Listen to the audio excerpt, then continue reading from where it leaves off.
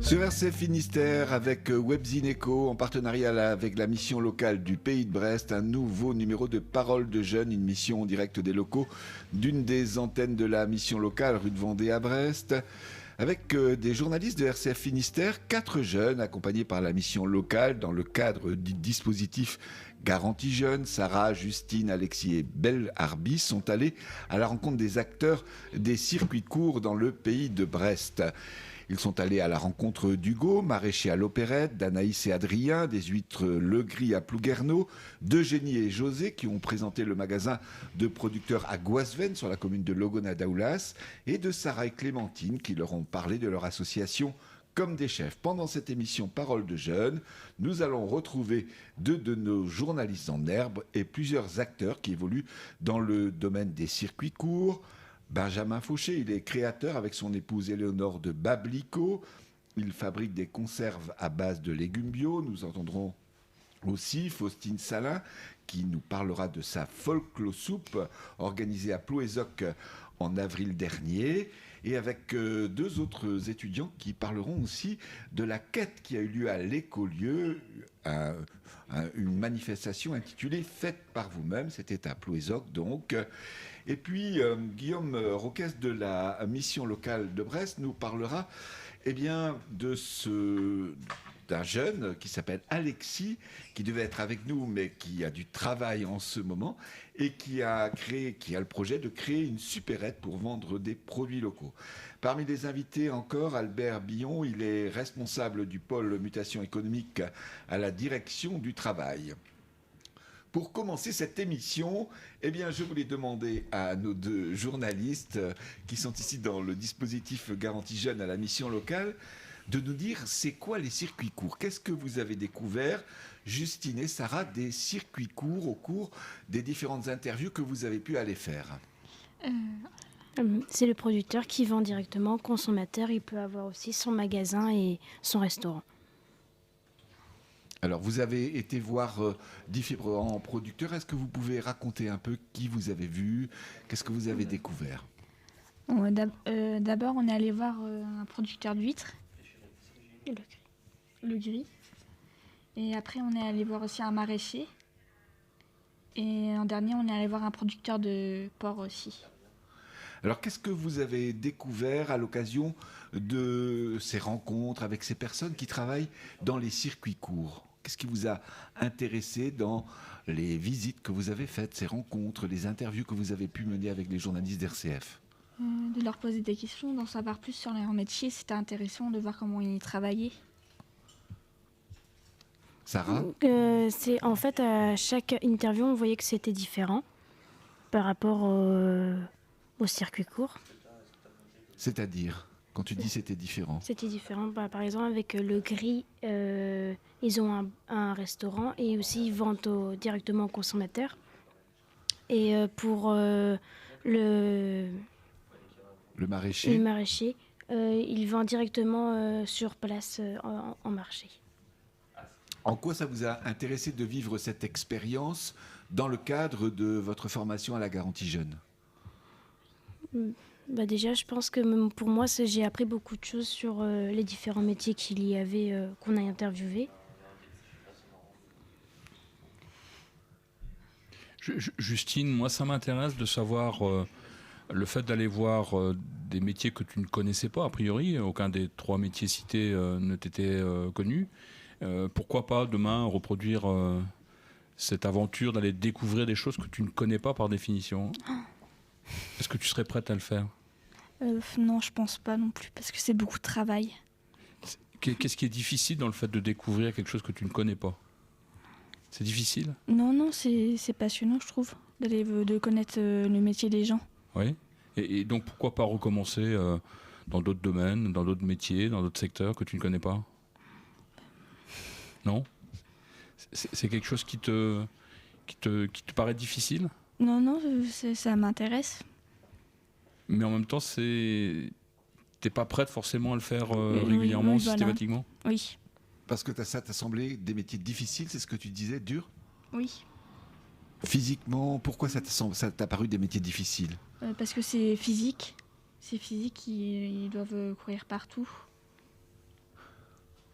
Et ça, t'es pas physique, quoi. En gros, Non, tu non. préfères rester tranquille, moins bouger, moins travailler dehors, par exemple, c'est quelque chose qui te... Oui, j'aimerais bien travailler dehors. Et donc forcément, il y a un peu de physique quand on est dehors. Il pleut, il y a du vent. Ça me fait pas peur. D'accord. Sarah, qu'est-ce que tu dirais toi là-dessus? Moi, De découvrir des métiers. déjà, c'est quelque chose de passionnant de savoir plus sur les différents métiers qu'il y a. Et aussi, qu'est-ce que je pourrais dire? Parce que autrement, on ne connaît pas forcément tous les métiers qu'il y a autour de soi. Est-ce que vous aviez Oui. imaginé ces métiers autour de vous, le maraîcher, ceux qui sont chez les huîtres le gris, etc., ou bien l'éleveur de porc Non, pas du tout. Personnellement, pas du tout. Donc ça peut aider aussi quand on est jeune et quand on cherche. On est à la- Ça donne des idées. Ça vous a donné des idées. Alors, on va écouter tout de suite Hugo Trochet. Il est maraîcher à l'Opérette. Et pour lui, eh bien, c'est une troisième vie. Il nous raconte. C'est ma troisième vie professionnelle, le maraîchage. La première, c'était de faire de la solidarité internationale. Donc de partir dans les pays du Sud, type République démocratique du Congo, Libéria, machin. Et faire de la logistique. Donc j'ai fait pas mal de logistique là-bas. Mais une carrière professionnelle, ça se construit. Et quand j'ai fait mes études, j'ai rencontré des gens qui étaient dans le milieu agricole. Et puis ça m'intéressait bien. En tout cas, j'étais curieux de leurs connaissances, mais sans me projeter en étant paysan. Bref. Deuxième vie professionnelle, j'ai refait des études et j'ai recroisé des paysans encore. Donc toujours aussi curieux. Je leur ai posé des questions et j'avais toujours un intérêt à les écouter. Deuxième vie professionnelle, donc je travaillais à l'Union régionale des entreprises d'insertion. Et une de mes tâches était de donner des idées de création d'entreprise. Et donc je cherchais pour les autres, mais à un moment de temps je me suis dit peut-être qu'il faut que je cherche pour moi. Et en fait j'ai toujours eu envie de créer ma propre structure. Et en fait le maraîchage regroupe plusieurs dimensions, surtout sur une petite surface. Donc je suis à la fois ouvrier agricole, donc je vais faire des récoltes, du nettoyage, du conditionnement de légumes. Je vais être technicien maraîcher, je vais planter, je vais suivre, voir s'il y a des maladies, des trucs comme ça. Mais je suis aussi commercial, donc sur les marchés en vendant en direct mes produits. Et puis aussi patron d'une entreprise, donc de la gestion, la stratégie d'une entreprise. Donc en fait le métier de maraîcher permet de regrouper plein de dimensions au sein d'une même entreprise. Et là je fais tous les postes. Donc je trouvais qu'en termes de diversité de tâches, c'était le métier idéal. Sur RCF Finistère, votre émission Parole de jeunes avec Webzineco et en partenariat avec la mission locale du Pays de Brest. Nous venons d'entendre Hugo Trochet. Benjamin Fauché, vous avez monté, vous, Bablico, avec votre épouse Éléonore. Pour vous, c'est la combienième vie? Alors un peu comme Hugo, je dirais deuxième ou troisième. Voilà, j'ai commencé il y a un petit peu longtemps maintenant, après un parcours d'ingénieur assez classique, à faire du conseil fiscal pour des entreprises agricoles, ce qui m'a pas beaucoup plu.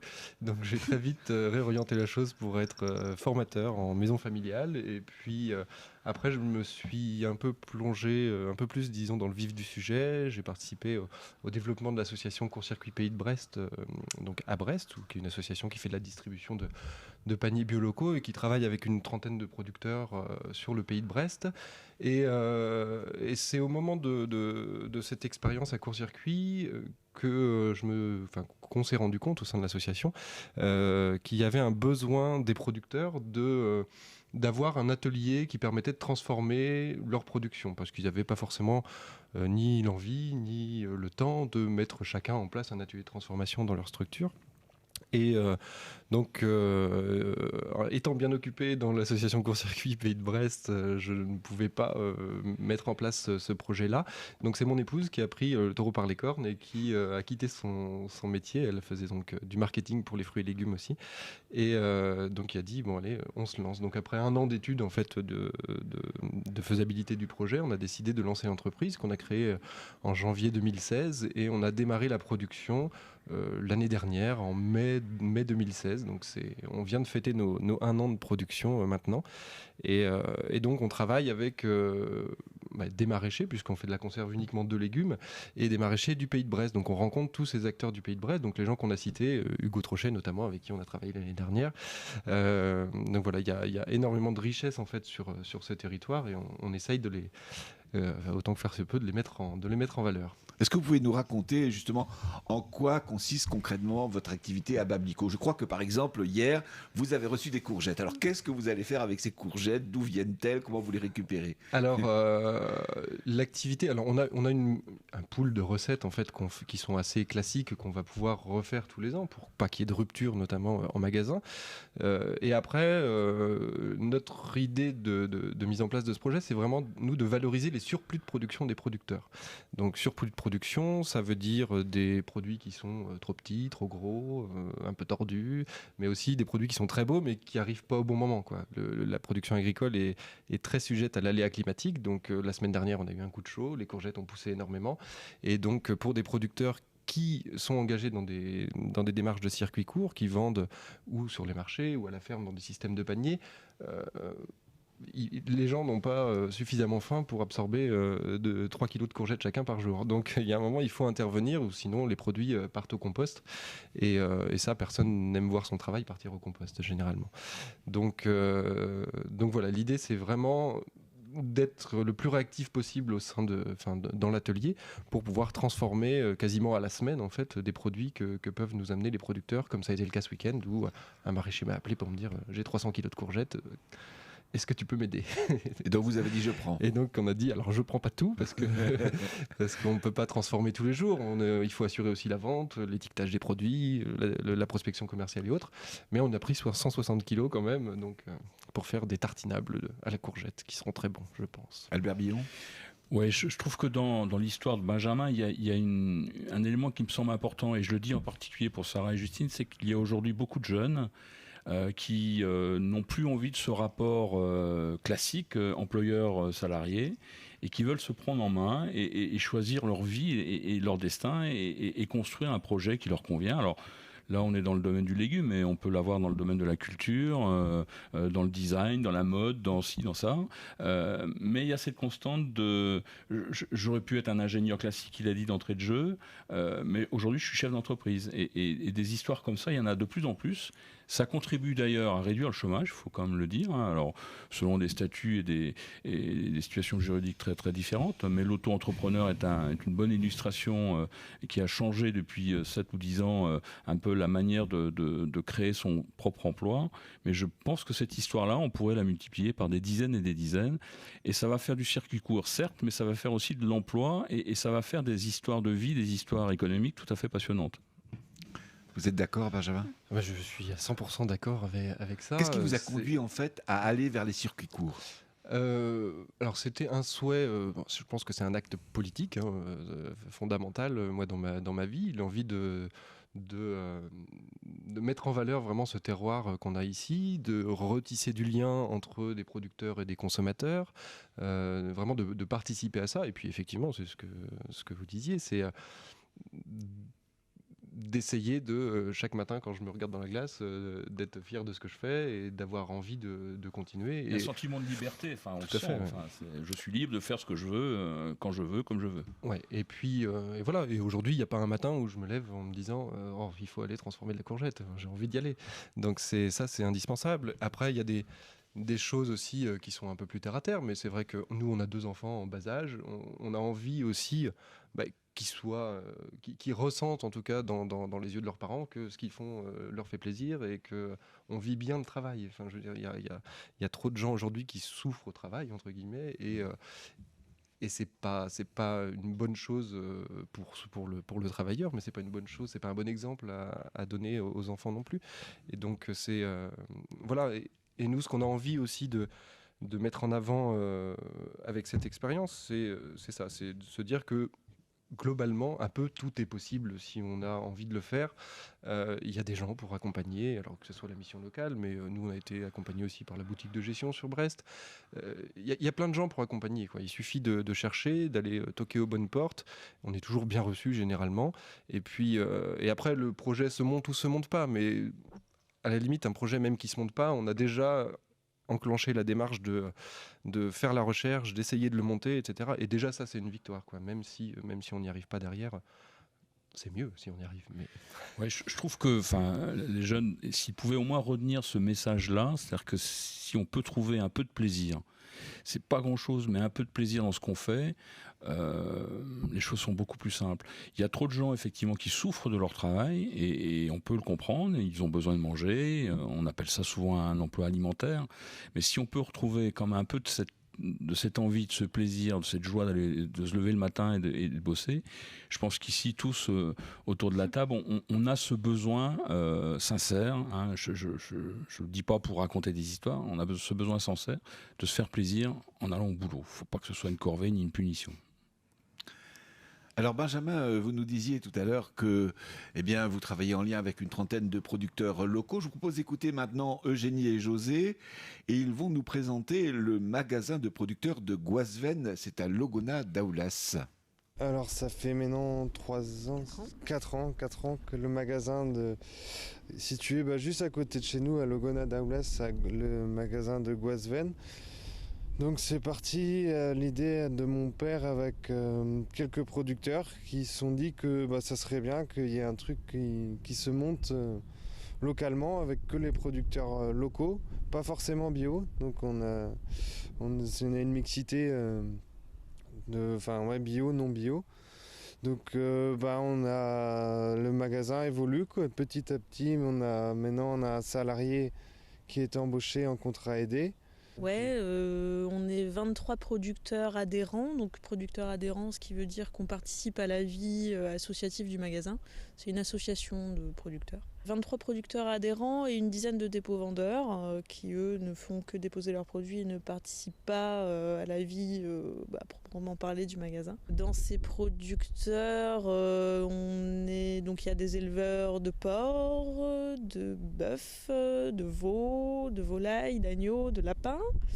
Il y a des produits laitiers, donc fromage de brebis, fromage de chèvre.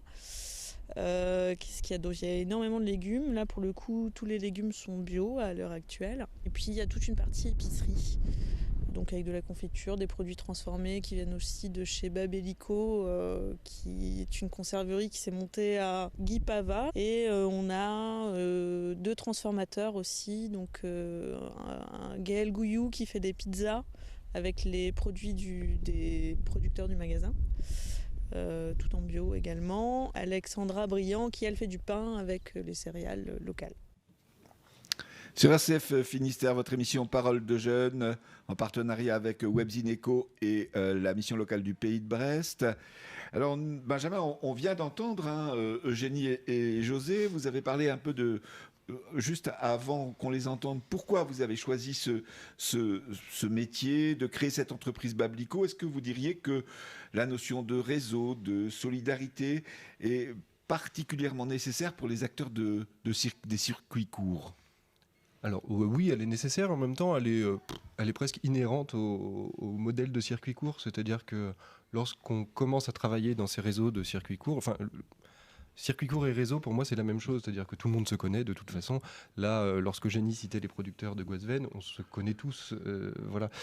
Et que ce soit à peu près... Alors moi, pour le coup, sur le milieu de l'agriculture bio, on se connaît quasiment tous sur le Nord Finistère, on va dire. Donc, et c'est d'ailleurs... Une des forces de ce modèle-là, c'est qu'il y a de l'entraide, il y a du dialogue, il y a plein de choses qui se passent dans ces circuits-là. Et puis c'est très intéressant de travailler avec tous ces gens en vrai partenariat. En fait, c'est aussi ça la force des circuits courts, c'est qu'on est plus seulement sur une relation commerciale, mais vraiment sur un partenariat. Et on pense en plus un partenariat, on va dire un peu de manière angélique, pour un monde meilleur. Donc on est plus dans le partenariat que dans la concurrence avec les autres producteurs, par exemple ? Alors avec les autres producteurs, alors je vais vous citer un exemple très tout bête, très pragmatique. Hier soir, j'ai une productrice de conserve de légumes également qui est venue à notre dépôt pour nous acheter des petites bouteilles parce qu'elle n'en avait pas suffisamment.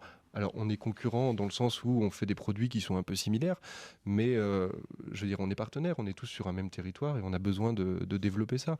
Dans la dynamique de circuit court, l'idée c'est d'aller concurrencer entre guillemets des productions industrielles. Donc plus on sera nombreux en local, plus les gens pourront se tourner vers le local et plus on sera nombreux entre guillemets. Albert ? Oui, je crois qu'on a là aussi une leçon d'une des raisons qui explique la bonne santé économique de la Bretagne et du Finistère en particulier. C'est-à-dire que cette question du réseau, c'est une des clés de la réussite économique et sociale de nos territoires. On a un monde associatif extrêmement dense, extrêmement riche. On a un tissu de PME, de petites entreprises extrêmement réactives qui, là aussi, ont compensé les grandes casses économiques des grands groupes. Je pense à l'automobile, mais ou à d'autres grands secteurs qui ont détruit des dizaines, des centaines, des milliers d'emplois. Ici, on est dans des réseaux plutôt de petite taille qui, dès lors qu'ils rencontrent une difficulté ou doivent abandonner leur marché, ça fait quelques unités d'emploi en moins, ça ne remet pas en cause l'équilibre du territoire. Et donc le réseau est à la fois dynamique, réactif, nécessaire, indispensable. On l'appelle circuit court aujourd'hui parce qu'il y a une notion de proximité un peu plus évidente, mais on a toujours fonctionné dans nos territoires bretons, on a toujours un peu fonctionné comme ça. On l'amplifie aujourd'hui, on le nomme, on le valorise, on en fait des modèles, et ça c'est plutôt intéressant, mais c'est que la continuation d'une forme de solidarité active qui existait déjà. Puisque cette émission s'appelle Parole de jeunes, on va donner la parole à 3 autres jeunes, Chloé, Inès et Faustine. Elles sont toutes les 3 en BTS Gestion et Protection de la Nature du côté de Morlaix. Et dans le cadre de vos études, vous avez monté une après-midi, une journée avec une folklo-soupe notamment. Alors, est-ce que vous voulez nous expliquer, Faustine, de quoi il s'agissait, comment est née l'idée de ce projet ? Alors ce projet à l'origine c'est un projet scolaire, en fait c'est un projet d'initiative et de communication et nous on avait envie avec Chloé et Lucie, l'autre personne qui fait partie de notre groupe de travailler justement sur le gaspillage alimentaire, mais on ne voulait pas partir dans une activité très moralisatrice, donc du coup on est parti du mouvement Disco Soup et on s'est dit que ce serait intéressant en fait d'être dans ce mouvement-là pour faire de la récupération de rebuts alimentaires sur le pays de Morlaix et transformer ces produits avec le public et les inviter à déguster cette soupe tous ensemble dans un moment musical.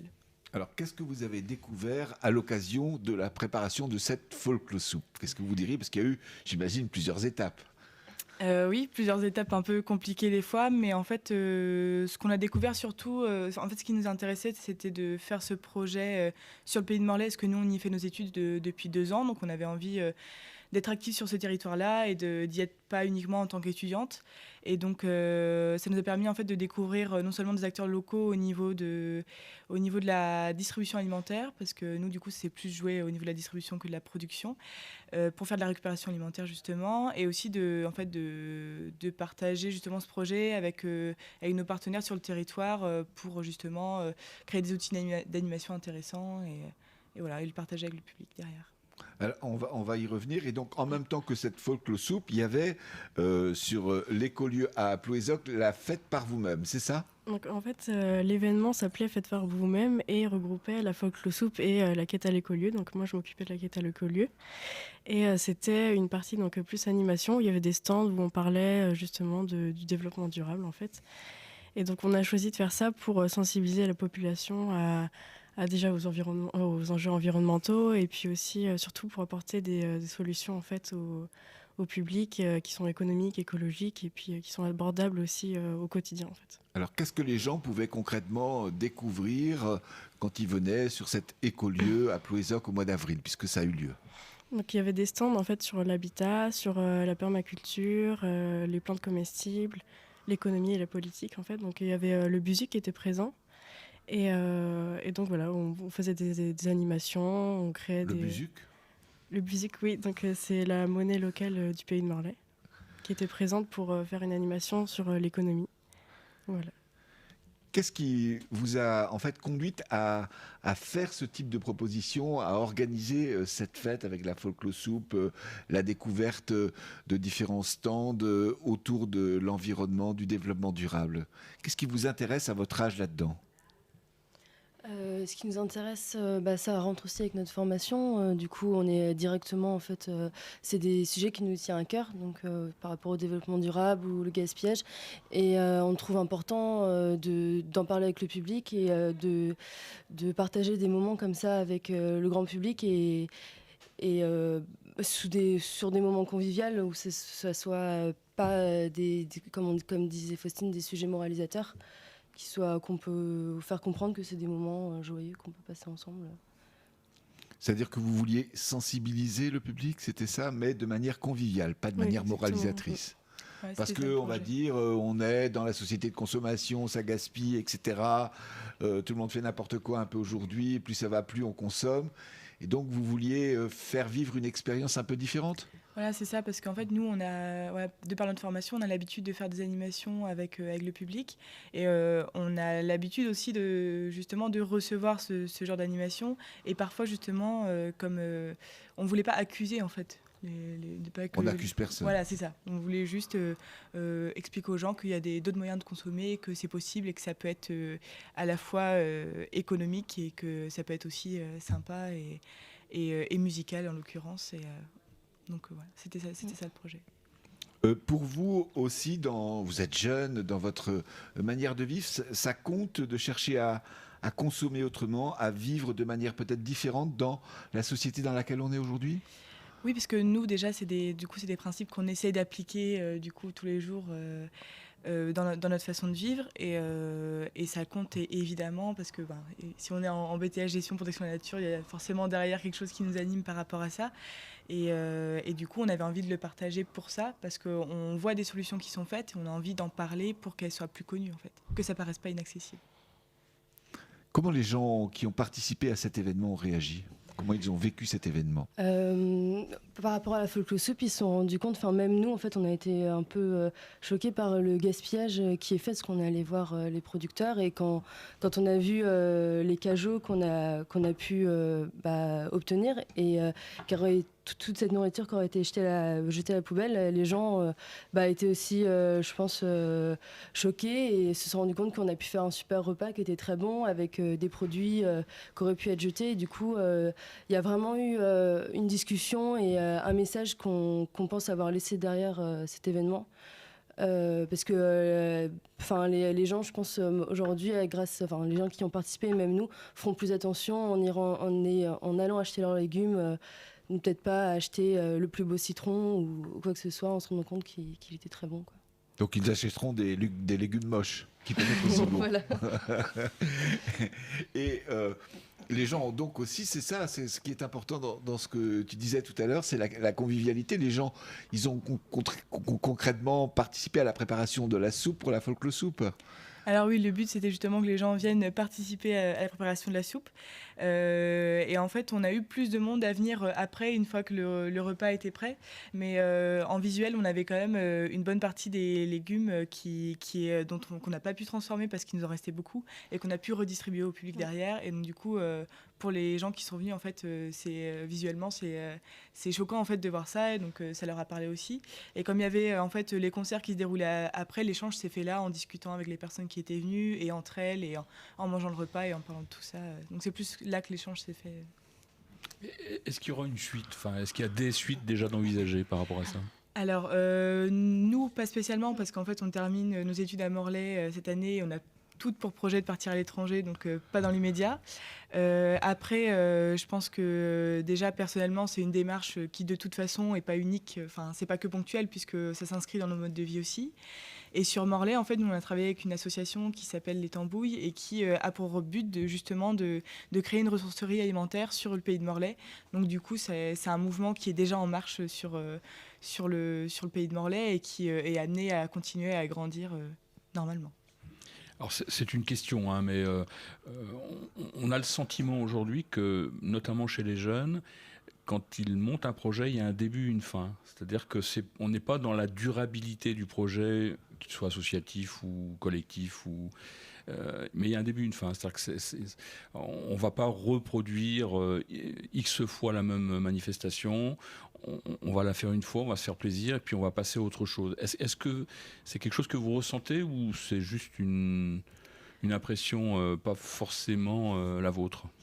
Alors globalement, pour le reste des projets, je ne sais pas. Par rapport à ce projet-là de Folklore Soup, en l'occurrence, nous, c'est sûr qu'il y avait un début et une fin parce que c'est un projet scolaire, donc ça se faisait comme ça. Après, moi, personnellement, mon cheminement dans les circuits courts, je l'ai commencé quand j'ai fait un service civique il y a 2-3 ans, où j'étais dans une ressourcerie justement. Et donc du coup, c'est une démarche qui s'inscrit au quotidien et qui, pour ma part, va sans doute s'inscrire plus tard aussi dans mes projets professionnels et personnels. Donc même si cet événement-là était très ponctuel, au final, toute la démarche et toutes les valeurs derrière vont continuer à se développer. Je vous propose d'écouter à nouveau Hugo Trochet. Il est maraîcher bio à l'Opérette et il nous parle de sa manière d'envisager les circuits courts. Avant de penser à nourrir la personne qui est à l'autre côté de la terre, nourrir son voisin, c'est important. Mais si moi, je nourris mon voisin, le paysan qui est à l'autre côté de la terre aura aussi cette chance de nourrir aussi son voisin.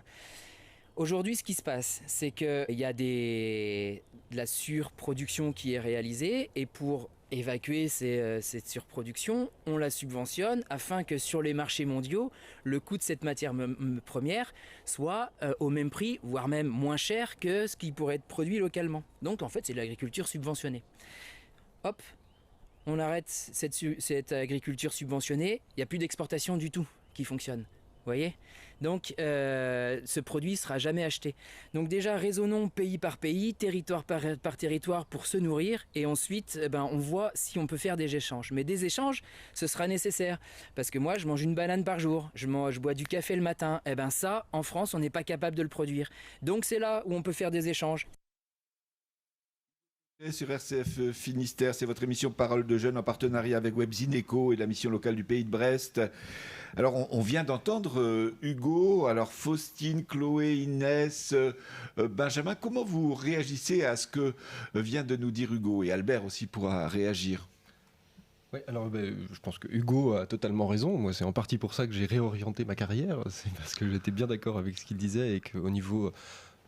Pour le coup, il y a un débat agricole en France et qui est très clivé, avec d'un côté une vision un peu productiviste, avec une agriculture nationale qui doit être capable de nourrir le monde, et puis on a le discours plutôt d'Hugo qui est plus pour une relocalisation. Et à la limite, on l'a un petit peu à tous les niveaux. Quand nous, on a monté l'entreprise, la première chose qu'on nous ait dite avec tous les partenaires financeurs qu'on a pu rencontrer, c'est mais vous voyez trop petit.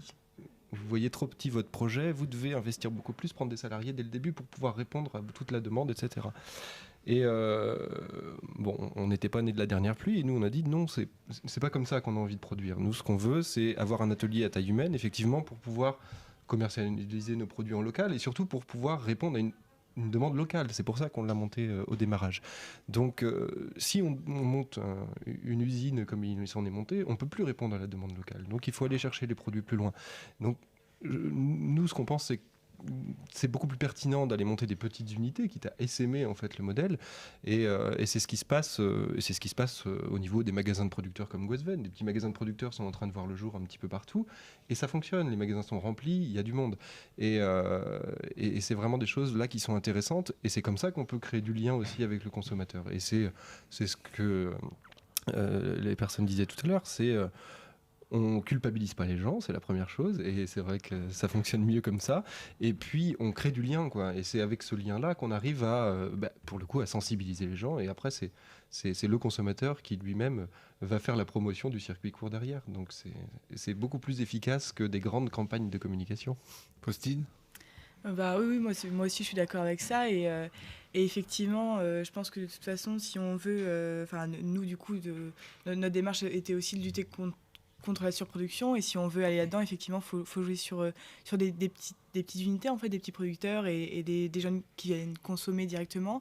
Et c'est aussi pour ça que nous, on avait décidé d'agir sur l'individuel, en fait, pour que les personnes commencent à se prendre en main aussi et ne pas attendre que les solutions viennent de l'extérieur pour ne pas juste se dire ce serait bien qu'on consomme différemment, mais voilà, que c'est possible de le faire et qu'il y a des outils pour ça. En fait, il y a des gens qui bossent pour ça, donc voilà, montrer que c'est possible, et donc jouer sur l'individuel, c'est important.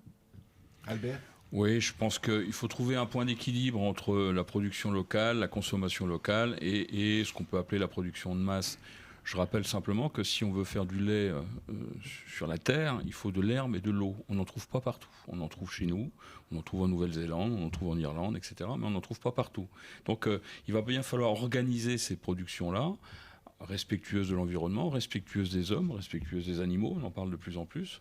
Mais je pense qu'il ne faut pas opposer les deux modèles, il faut simplement les organiser de telle manière à ce qu'il y ait un respect des grands principes qui pourraient nous rendre à la fois respectueux de ce qui nous fonde et respectueux de notre écologie, de notre système écologique. Mais je pense qu'il y a de la place pour ces deux modèles. Et ce sont les initiatives originales qui font petit à petit évoluer les mentalités, à l'image de ce grand pique-nique qui se prépare pour le 9 juillet prochain au Capucin à Brest.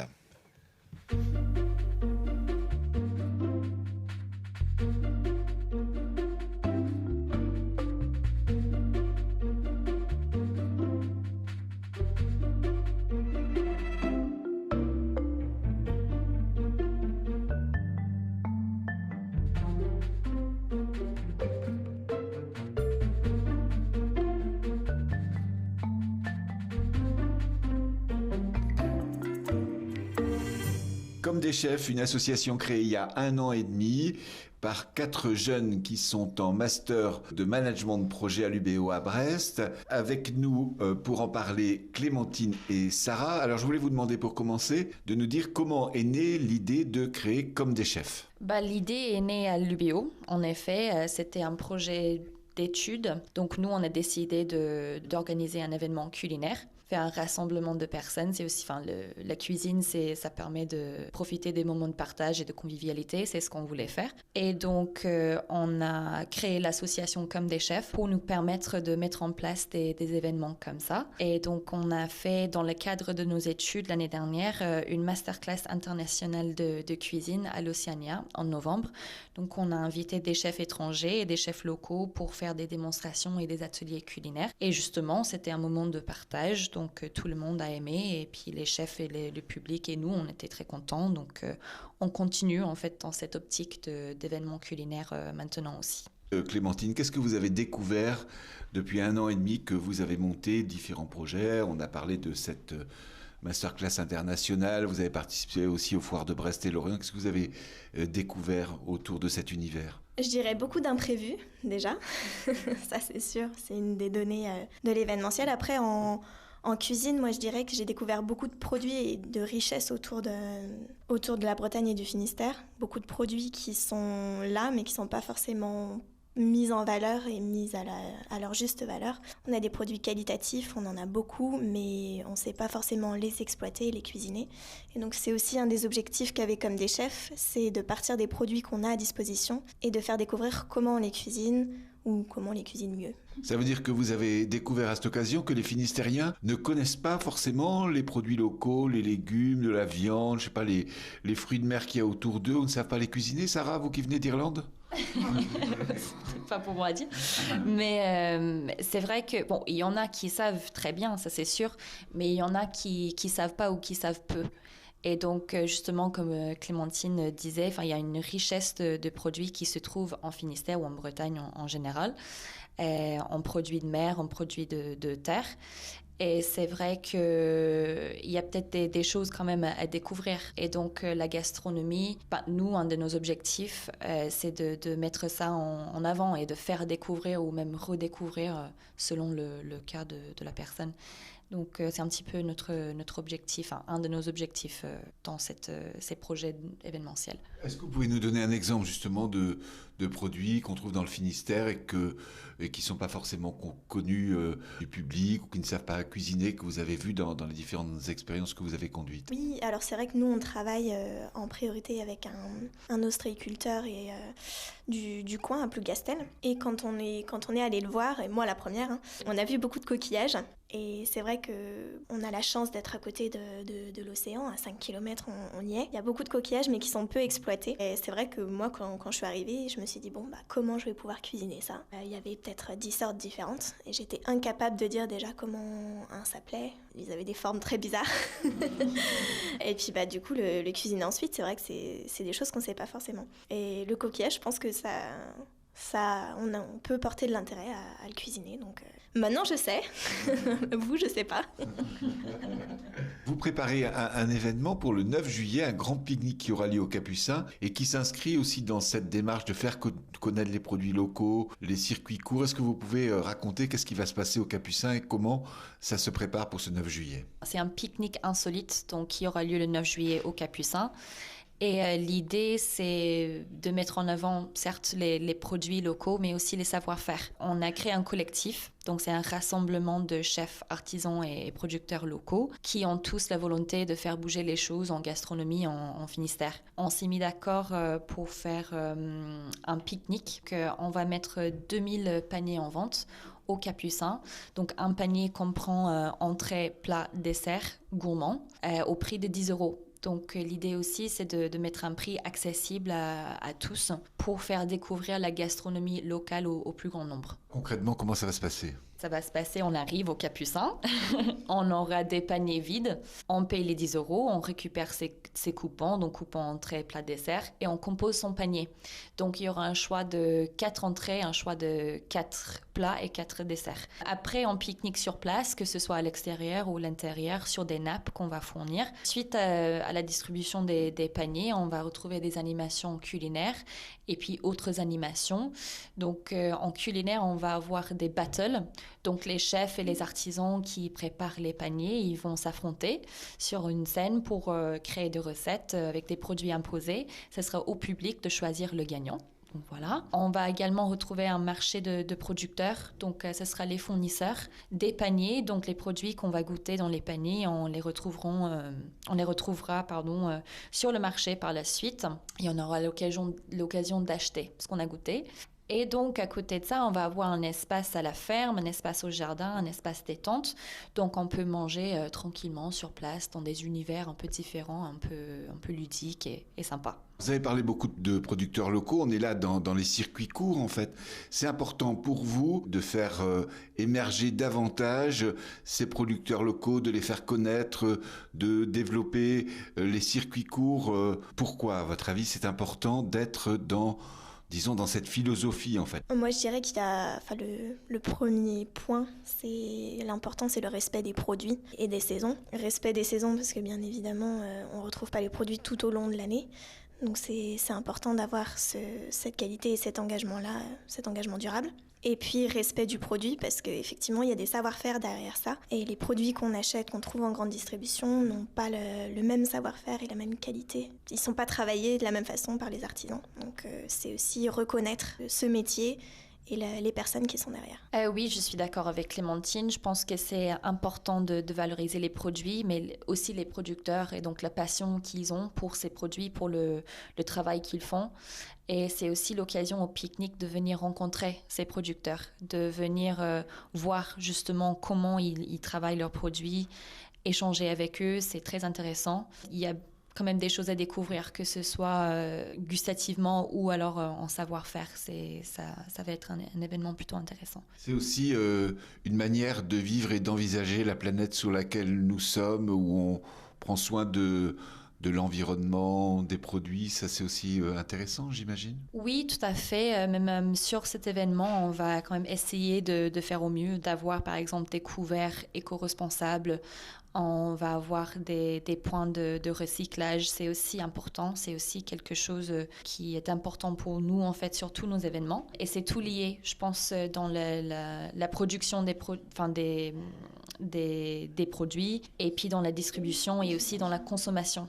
C'est important d'avoir conscience et de faire attention à comment on mange aussi et puis comment on dispose aussi de ces produits par la suite. Donc vous venez d'Irlande, c'est ça ?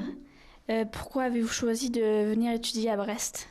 En fait, j'étais à Brest avant que je reprenne mes études. En fait, j'ai un parcours en langue. Donc, j'avais fait le gaélique et l'espagnol comme licence en Irlande. Et puis, j'avais envie, en fait, de découvrir une autre langue. Donc, je me suis dit, pourquoi pas le français ? C'est quand même une très belle langue. Donc, voilà, pour répondre à votre question. Merci. Ouais. Du coup, qu'est-ce que vous aimez dans le circuit court ? Qu'est-ce que vous aimez faire dans ce que vous faites dans votre projet ? C'est une bonne question. Qu'est-ce qu'on aime dans le circuit court? Moi, je dirais la proximité et le contact qu'on a avec les producteurs. Nous, c'est vrai qu'avec ces événements, on peut discuter avec eux de façon régulière. Et plus j'ai été au contact de ces personnes-là, plus maintenant je m'engage dans le circuit court parce que c'est des moments de partage, c'est des moments d'échange. Et au-delà de la qualité des produits et au-delà de l'éco-responsabilité et de l'engagement durable, c'est aussi humain. Et moi, c'est cet aspect-là que je retiens aussi du circuit court. Vous êtes sur RCF Finistère avec Webzine Eco en partenariat avec la mission locale du Pays de Brest, votre émission Parole de jeunes consacrée au circuit court. On devait avoir parmi nous Alexis qui est dans le dispositif Garantie Jeunes depuis quelques mois maintenant, mais il travaille. Et Guillaume Roquès, qui fait partie des animateurs de cette mission locale et du dispositif Garantie Jeunes, il a, à l'occasion de ce stage dans la Garantie Jeunes, il a trouvé l'idée d'un projet. Est-ce que vous voulez nous raconter, Guillaume ? Oui, bien sûr. Déjà, on passe le bonjour à Alexis, effectivement, et puis je vais essayer de prendre un peu la parole pour lui. Peut-être déjà dire que justement son absence est liée à un principe de réalité aussi sur cette création d'activités. On a entendu beaucoup de témoignages aujourd'hui qui sont des messages très importants, je pense, pour les jeunes qu'on accompagne sur cette notion d'entrepreneuriat.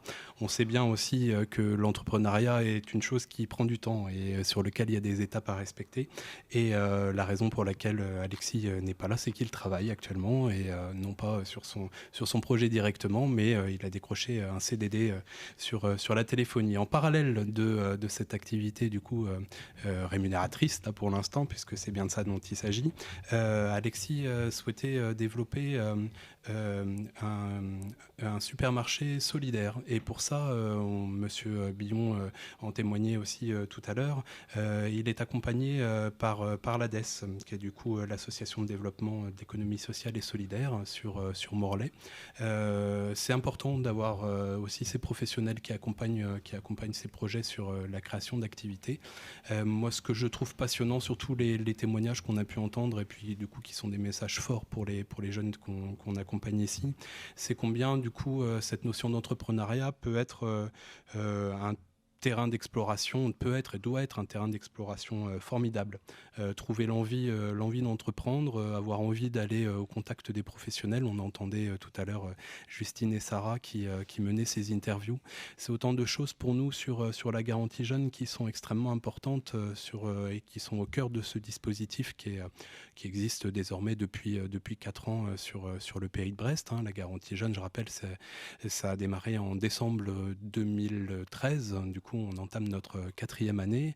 Elle a du coup accompagné pour l'instant, sur la fin de l'année, environ 1600 jeunes sur ce dispositif. Ce que l'on travaille beaucoup dans un premier temps, c'est de lever une certaine appréhension pour aller vers les professionnels et sur la découverte du bassin d'emploi ici. Et du coup, aller mener des interviews auprès des professionnels, c'est un prétexte extraordinaire pour développer son argumentaire, savoir se présenter et travailler sur ce que l'on disait, les aptitudes à aller vers l'autre. Souvent, la curiosité et les rencontres, c'est l'un des moteurs principaux pour nous, professionnels de l'insertion. Albert Billon ? Oui, je pense que Guillaume dit quelque chose de très important. On l'a retrouvé dans le propos de Benjamin tout à l'heure. Il faut se donner toutes les expériences possibles et imaginables. Il n'y a pas de mauvaises expériences. Il y a des expériences plus ou moins réussies. Mais ça ouvre des portes. À chaque fois qu'on a l'occasion de mener un projet, qu'il soit court ou qu'il soit plus long, on apprend plein de choses. Et du coup, ça ouvre des perspectives. Ça ne veut pas dire qu'on va être dans la téléphonie ou ingénieur toute sa vie, mais on y apprend quelque chose et cet apprentissage-là va servir à d'autres apprentissages. Et je pense que le pire, peut-être pour un jeune, c'est l'inactivité, c'est de ne rien faire. Vaut mieux faire des stages, vaut mieux faire des boulots même alimentaires qui n'ont pas grand intérêt a priori, ou tout au moins c'est celui qu'on n'envisage pas pour toute sa vie, mais ça permet de découvrir l'autre, ça permet de découvrir des choses qu'on ne connaît pas, et c'est un peu le drame de l'orientation quand on a 18, 20 ou 25 ans, on nous demande de choisir à partir d'un matériau qu'on ne connaît pas. On ne sait pas ce qui existe. Il y a à peu près 5000 métiers, je crois, aujourd'hui, Guillaume. 5000 métiers. Vous en connaissez 10 ou 15, à peu près. Donc, il y a un vrai problème d'accès à l'information. Et mieux que l'information, c'est expérimenter, toucher, sentir. Moi, je le dis toujours, tant qu'on n'est pas monté sur un toit, on ne peut pas savoir si on a le vertige. Et dire je vais être couvreur, si on a le vertige, c'est embêtant. Enfin, donc, à un moment donné, il faut y aller sur le toit. Il faut toucher, il faut sentir, il faut voir. Pareil pour plein de métiers, on parle de l'agriculture, dès lors qu'on n'a pas mis les pieds dans une ferme ou dès qu'on n'a pas touché à une vache, dès qu'on n'a pas touché à un cochon, on ne peut pas savoir ce qui se passe.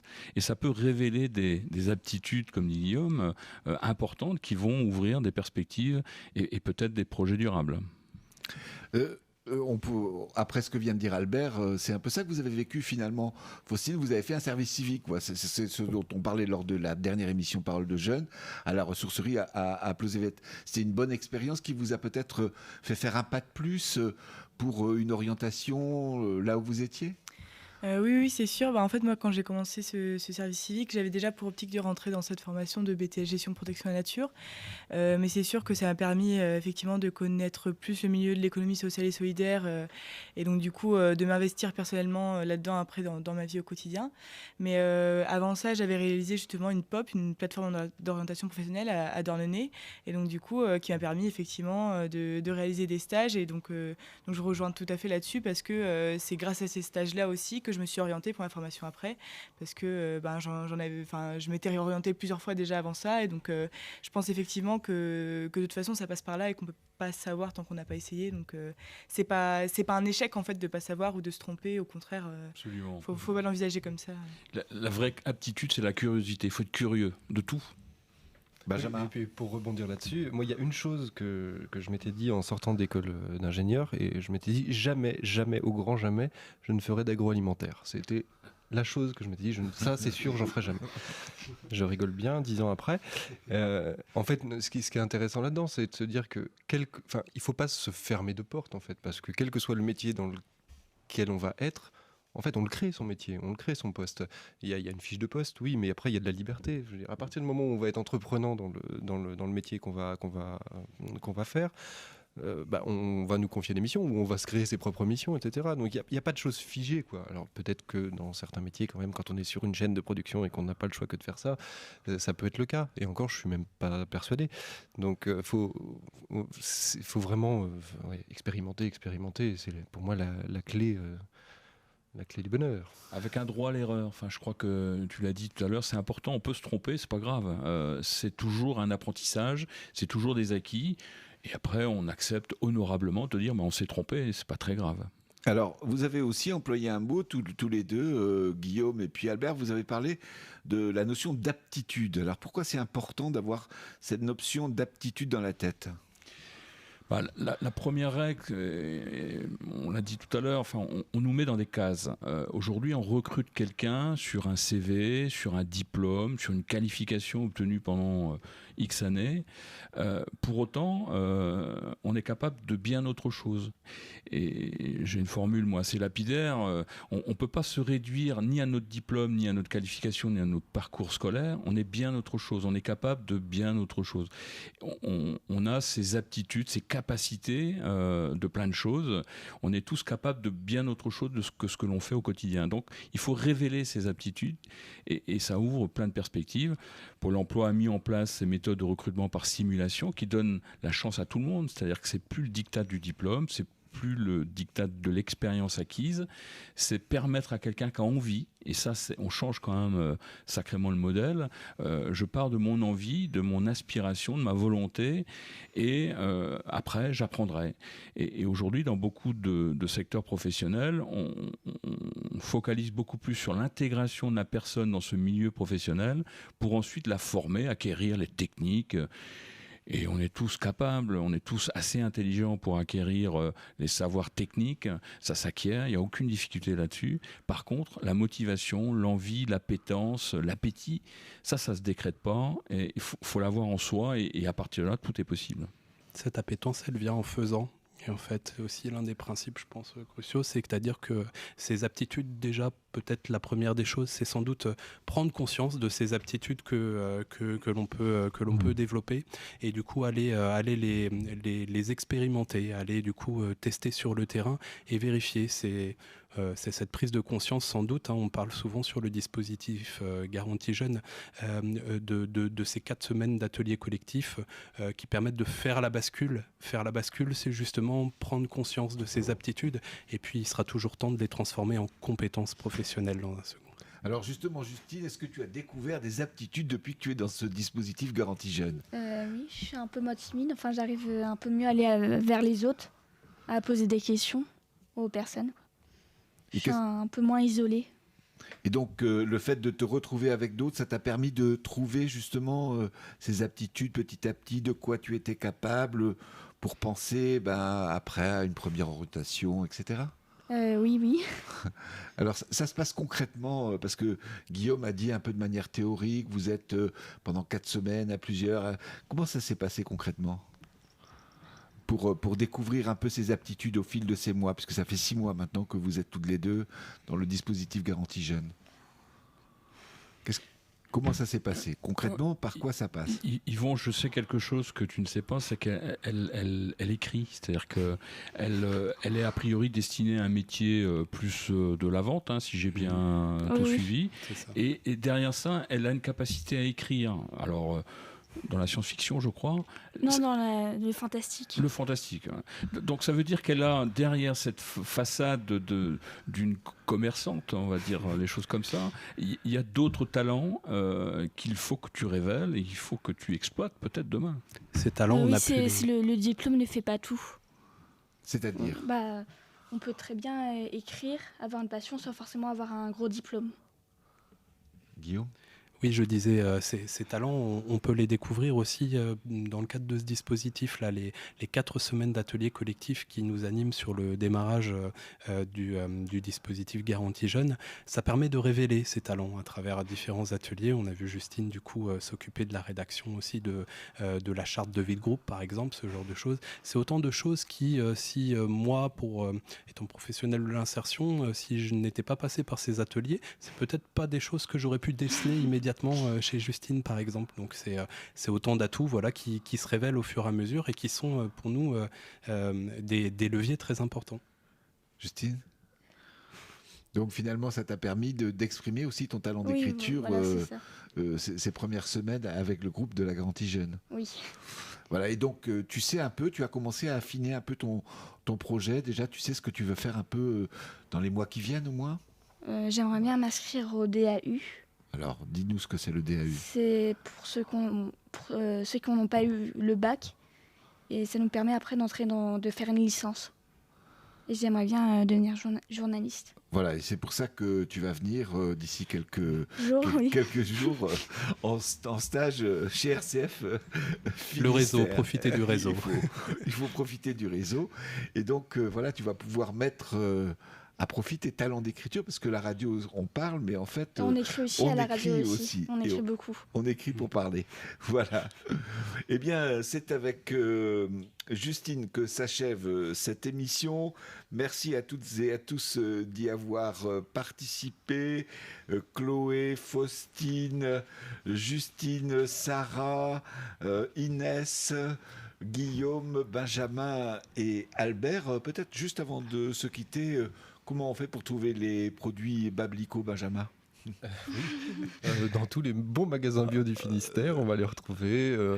Donc magasins bio, dans certaines AMAP, dans les magasins de producteurs, donc Guasven qu'on a cité notamment. Il y en a encore plein d'autres. Je peux citer Kerry Bio à Plabennec, Elocop à Pleyber-Christ. Voilà, et un petit peu de vente directe également. Ça veut dire que la structure est devenue une marque ? Ça veut dire que la marque est devenue une structure. Eh bien, merci aussi à Guillaume Thienot qui a assuré la réalisation technique. À très bientôt sur RCF Finistère et Webzineco pour une nouvelle émission Parole de jeunes.